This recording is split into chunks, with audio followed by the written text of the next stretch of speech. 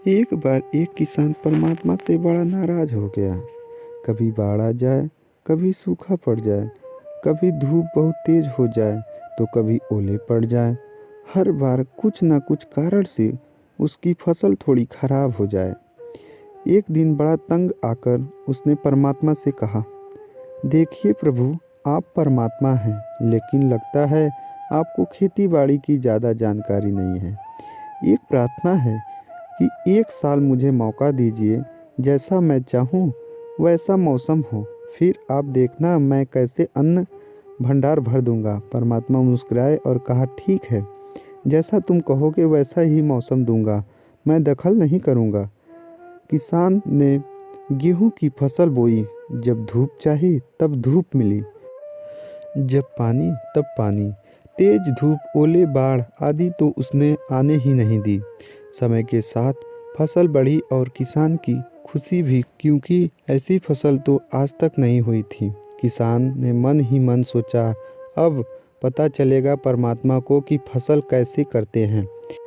बेकार ही इतने बरस हम किसानों को परेशान करते रहे। फसल काटने का समय भी आया। किसान बड़े गर्व से फसल काटने गया, लेकिन जैसे ही फसल काटने लगा, एकदम से छाती पर हाथ रखकर बैठ गया। गेहूं की एक भी बाली के अंदर गेहूं नहीं था। सारी बालियां अंदर से खाली थी। बड़ा दुखी होकर उसने परमात्मा से कहा, प्रभु, ये क्या हुआ? तब परमात्मा बोले, ये तो होना ही था। तुमने पौधों को संघर्ष का जरा सा भी मौका नहीं दिया।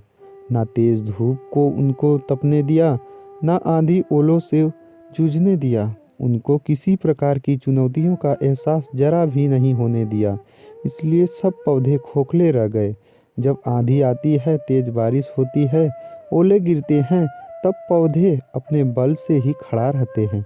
वो अपना अस्तित्व बचाने के का संघर्ष करता है, और इस संघर्ष से जो बल पैदा होता है वही उसे शक्ति देता है, ऊर्जा देता है, उसकी जीवटा को उभारता है। सोने को भी कुंदन बनने के लिए आग में तपने, हथौड़ी से पीटने, गलने जैसी चुनौतियों से गुजरना पड़ता है, तभी उसकी स्वर्णिम आभा उभरती है, उसे अनमोल बनाती है। उसी तरह जिंदगी में भी अगर संघर्ष ना हो, चुनौती ना हो, तो आदमी खोखला ही रह जाता है। उसके अंदर कोई गुण नहीं आ पाता। ये चुनौतियाँ ही हैं जो आदमी रूपी तलवार को धार देती हैं, उसे सशक्त और प्रखर बनाती हैं। अगर प्रतिभाशाली बनना है तो चुनौतियों को स्वीकार करनी ही पड़ेगी, अन्यथा हम खोखले ही रह जाएंगे।